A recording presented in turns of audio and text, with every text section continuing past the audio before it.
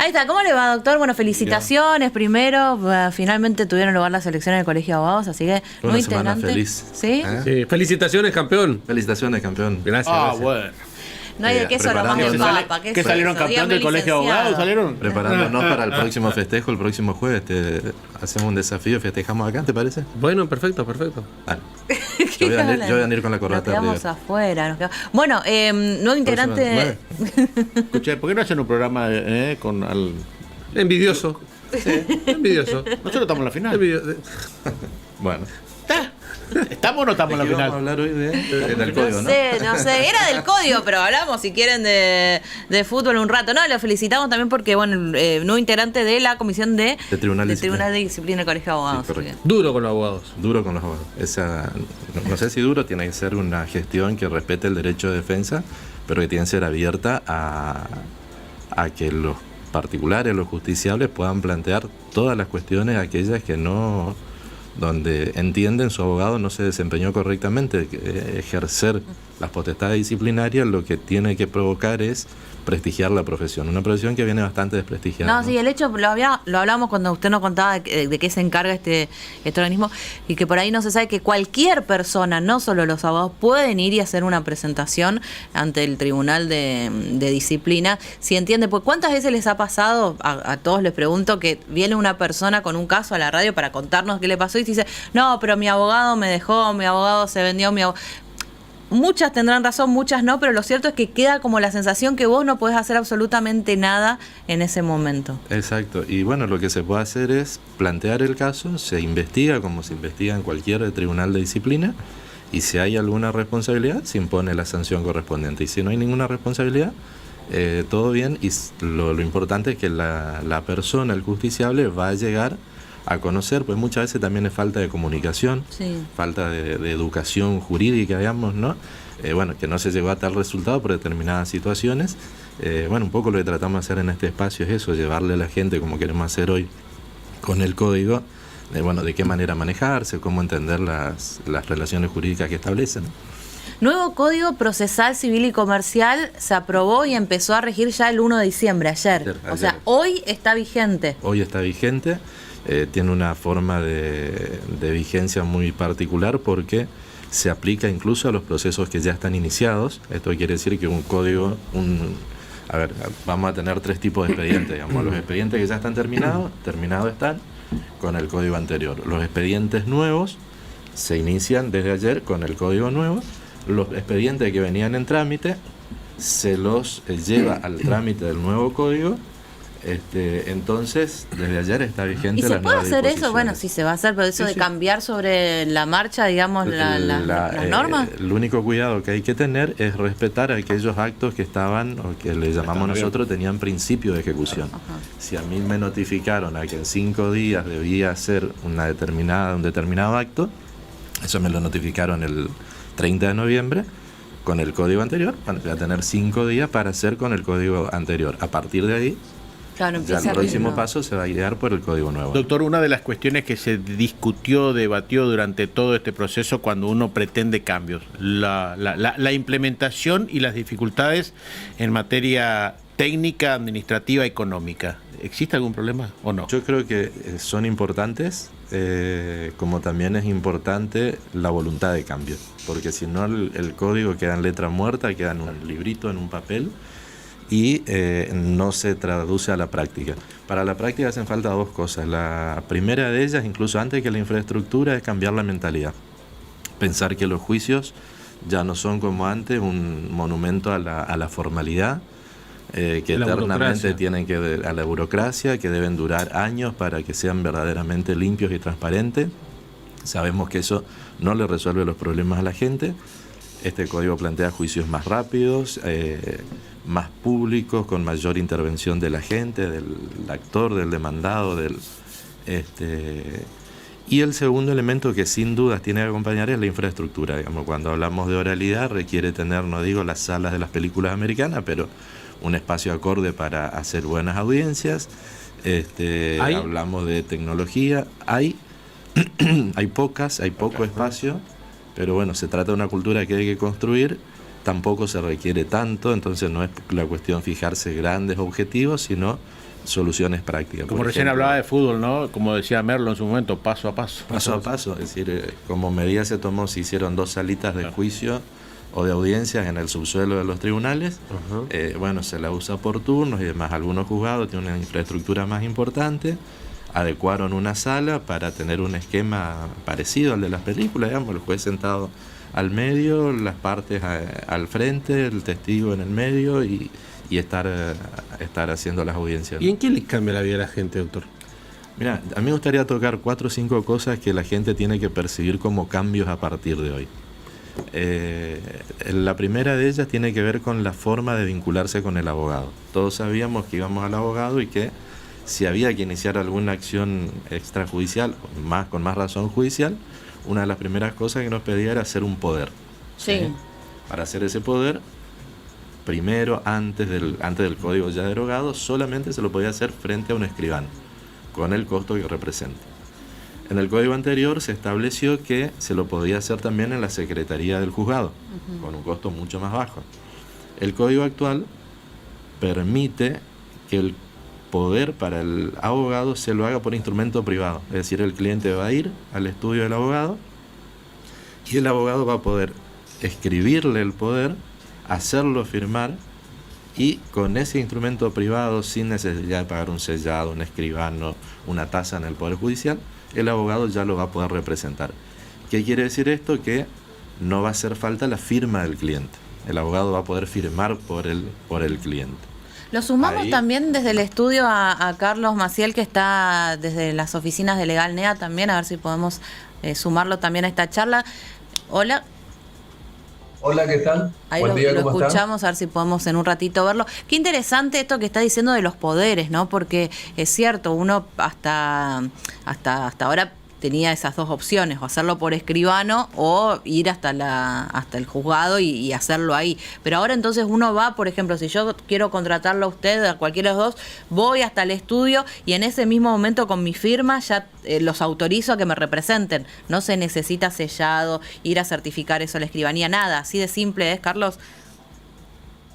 Sí, efectivamente, Cristina, como bien decía José María también, esto es uno de las simplificaciones y las cuestiones que hacen a la celeridad, a la economía,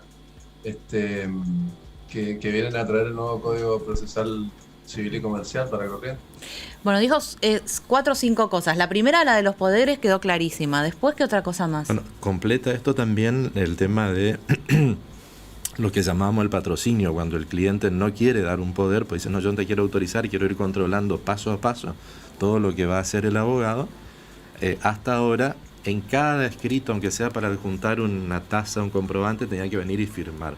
Ahora eso también se restringe y hay solamente los actos más importantes, o sea, sin otorgar un poder, solamente los actos más importantes como promover una demanda, contestarla, apelar, percibir las sumas que se ganaron en el juicio, ofrecer pruebas, la va a tener que firmar el cliente junto con el abogado. Si no, el abogado, sin ser apoderado, sin actuar en representación va a poder firmar los escritos que nosotros llamamos de mero trámite, digamos, que sirven para que el proceso vaya más rápido, ¿no? Eso completa la cuestión del poder.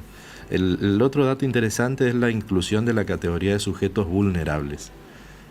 Muchas veces el costo de la justicia es un impedimento para acceder. ¿Cuánto cuesta iniciar? O sea, ¿cómo, no sé, cuáles son los juicios más frecuentes en el área civil?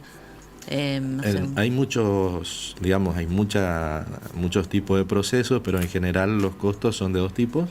Son algunos que son tasas fijas, sí. 200, 300, 500, 700 pesos, independiente del monto del juicio, pero los más altos, digamos, son los costos que se llaman las tasas proporcionales, donde yo tengo que, si demando 100, tengo que pagar 1,5 de impuesto. Es el 1,5, entonces si yo promuevo una demanda de 1 millón, estoy hablando de una tasa de 15.000 pesos. ¿Y eso se paga al principio para promover? Eso se paga al principio, cuando yo llevo el escrito de demanda para que se sortee, ya tengo que tenerlo pago, de manera que de esa forma yo accedo recién a que se inicie el expediente. O sea, a ver, por ejemplo, imaginémonos en un accidente de tránsito donde haya, digamos, no sé, un daño grave, ya sea una Daño persona grave, muy 5 millones de pesos, supongamos. Sí. Vos demandes 5 millones de pesos, que no es una suma para daño grave, no es una suma algo tan descabellado, sí. digamos. ¿Cuánto Entonces tiene? tendrías que pagar 75.000 algo así, O sea, la 75.000 víctima que pesos. está demandando que se le repare por esos 5 millones, no, o sea, tiene que tener 75.000 para Tiene empezar que a ser. reclamar. Ahora, si no los tiene, había un remedio tradicional que era iniciar otro expediente que se llama beneficio de litigar sin gastos, que ahora también se lo puede hacer, pero que era tener que hacer el juicio por un lado y por otro lado el beneficio de litigar sin gastos para demostrarle al juzgado Que que no no está tenés. en condiciones de pagar eso. Eso se mantiene como opción. Lo que se incorpora es la categoría de sujetos vulnerables, aquellas personas que por una cuestión de género, económicas, políticas, culturales, por algún tipo de discapacidad, se encuentran en condiciones de precisar una urgente intervención judicial, simplemente invocando y explicando esa condición de vulnerabilidad, el abogado va a poder saltar esta valla de el pago de las tasas para poder empezar el juicio. Está bien. Carlos, ¿hay que agregar algo en esto? Sí, hay algunas cuestiones más, la cuestión probatoria. Bueno, en realidad con respecto a las personas en situación de vulnerabilidad, también es muy interesante cómo se aborda el tema de englobar dentro de este tipo de personas a las personas que tienen una situación sociocultural distinta, digamos, y la comunicación, la inclusión del lenguaje de señas y la interpretación también, por supuesto, de este tipo de comunicación dentro del proceso es una de las Pero cuestiones ¿tiene el Poder relevantes. Judicial intérpretes suficientes en lengua de señas, por ejemplo? ¿O tienen, digamos, la posibilidad de realmente ser inclusivos? No sé si se usa, por ahí estoy diciendo una barbaridad, pero no sé si se usa en braille, la posibilidad de que algunos escritos sean en braille. O sea, ¿está adaptado para ser realmente inclusivo o no? O como decía, hoy hablamos del tema del guaraní con Miguel, que hay una ley que exige que algunas escuelas sean bilingües y en la práctica no hay docentes para esto. El Poder Judicial tiene algunos recursos y si no tiene las condiciones para obtenerlo, o sea, el Poder Judicial le puede pedir a una universidad un técnico para determinada cuestión, un traductor o lo que fuera, digamos. Y en general, cuando se lo plantea, el Poder Judicial responde con esto, no hay obstáculos o sea, para no es un obtenerlo. impedimento. No es un impedimento. Lo que bien planteaba Carlos, la cuestión de hoy es muy importante y en este nuevo código se obliga la cuestión del lenguaje claro. Esto que teníamos los abogados de poner distancia con el justiciable y los jueces también a través de la sentencia usando, no sé, términos en latín, palabras técnicamente incomprensibles y demás. Hoy hay un deber de hablar claro. ¿Y cómo lo van a hacer? Y hay capacitaciones. Primero, volvemos a lo mismo. Primero hay que convencerse. Si yo quiero explicarte algo a vos y me doy cuenta que tengo una limitación técnica, si no estoy convencido de que es tu derecho a entender lo que estás por firmar, no voy a hacer ningún esfuerzo. He leído presentaciones en las cuales le he puesto muchísimas ganas y no las he entendido. Perfecto. Lo que se está haciendo, y ya antes de esto, son muchísimas capacitaciones desde el Poder Judicial, desde el Colegio de Abogados, desde los distintos operadores, para trabajar con el lenguaje claro. Es más, hay avances importantes, por ejemplo, antecedentes. Antes de este código, se usa mucho en la justicia de paz, justamente por el entorno en que se mueven, donde dictan la sentencia formal y después el juez hace una síntesis en lenguaje claro para que la persona que es el destinatario de la sentencia entienda qué es lo que debe hacer y qué razones lo motivaron al juez para resolver en ese sentido. Y lo hace el mismo juez, cosa que no haya otra interpretación. Exactamente. Qué bueno eso. Bueno, lenguaje claro, facilidad en el tema de la representación y los poderes, personas vulnerables. ¿Qué otro cambio sustancial trae el nuevo código? Otro cambio sustancial, el tema de las notificaciones, que creo que eso va a ser central, las notificaciones electrónicas, pues bueno, la tecnología forma parte de nuestra vida cotidiana. Hay estudios que demuestran que más del 50% de lo que demoraban los juicios tenía que ver con el trámite de mandar una cédula papel, una notificación papel, que el tema es así, la ordena el juzgado, la hacemos los abogados, la llevamos a una oficina, un notificador la lleva al domicilio, trae la copia firmada, la presenta al juzgado, se agrega al expediente y nos avisan a nosotros. O sea, ese es el caminito. Ese es el caminito hasta ahora de una cédula a papel. Un montón de tiempo. A partir de ahora el juzgado va a resolver y va a librar una cédula electrónica. ¿Qué es una cédula? ¿Un mail? Un mail, una especie de mail, o funciona de distintas formas. Vamos a ver cómo funciona bien acá. En el Poder Judicial de la Nación hace rato que existe. Un acceso, en el caso del Poder Judicial, del Ex-100 se llama el sistema, donde vos accedes diariamente a ver las notificaciones como parte de tu carga profesional, ¿no? Carlos, y en este tiempo de pandemia, ¿a la fuerza se fue digitalizando usando los canales electrónicos con más facilidad o no? Justamente, sí. Es también otras de las partes, digamos, beneficiosas de este código, el tema del uso de las TICs, o las tecnologías de informática, entre esas la que contaba José María, el tema de las notificaciones, pero todas las herramientas informáticas, digamos, que con la pandemia se empezaron a utilizar, y tuvo mucho que ver también la cuestión de la oralidad, que se implementó a través de, no una ley, pero sí a través de un acordado del Superior Tribunal de Justicia, que varias de las incorporaciones que establece este nuevo código tienen que ver con la cuestión de la oralidad, de la cercanía y el uso de las herramientas. Menos papel, ¿no? Menos papel, más tecnología, y ahí en esto que plantea Carlos es la próxima novedad también, que es la oralidad, digamos, superada la cuestión de la pandemia. Otra de las reformas importantísimas es la oralidad, que se plantea para aquellos juicios que nosotros llamamos de conocimiento, donde hay una contienda, digamos, un accidente de tránsito, una mala praxis, una prescripción adquisitiva, por la prescripción 20añal, donde el cambio para la gente es que antes veía al abogado, a lo mejor durante el proceso aportaba los testigos, algún dato más, y después ya se enteraba de la sentencia. Ahora, los justiciables, los clientes, las personas van a tener participación directa en el juicio a través de 2 audiencias. Una audiencia primera, donde el juez lo va a escuchar, va a procurar algún tipo de acuerdo, de conciliación, va a determinar cuáles son las pruebas necesarias para ese juicio, para no producir pruebas en vano, que eso también genera mucha dilación. Y una segunda audiencia que va a ser muy parecida a la que se ve normalmente en las películas, una audiencia oral donde va a estar el juez, como decíamos hoy, el testigo, las partes, y donde hay una dinámica de interrogatorio, insisto, muy parecida. Uno está a la acostumbrado a ver película. esto en los tribunales penales, pero Claro, algo así va a ser. Incluso está regulado, que es muy innovador el tema de las objeciones, por ejemplo. Que vemos las películas americanas, la pregunta, objeción, qué sé yo, eso no existe. Y están preparados, o sea, eso va a ser todo un tema, ¿no? Estamos preparándonos todos, pero... Objeción. Sí, objeción, exacto. Objeción rápidamente, y antes de que conteste, porque si contesta primero ya no tuvo sentido la objeción. Es un juego de cosas. Sí. Bueno, interesante todo lo que nos han contado. Gracias. No, de nada. Un datito más para la gente. No les va, cuando viene el tema esto de las ejecuciones, te reclaman el pago de una deuda de un electrodoméstico, una financiera y demás, estábamos acostumbrados a que venía el oficial de justicia con un mandamiento, con una orden de embargo. Entonces ahí se asustaban.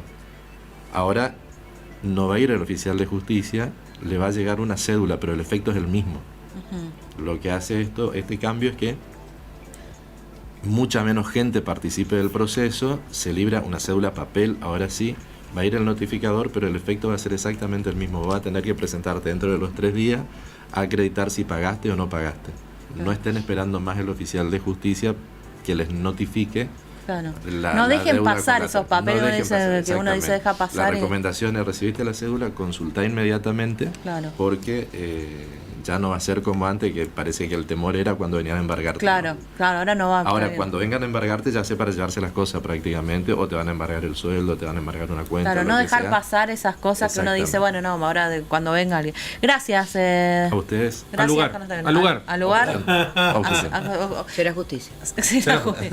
Hacemos la pausa, Tere. Dale, ¿qué le falta a la educación argentina para mejorar? Es la consulta que hoy te estamos haciendo.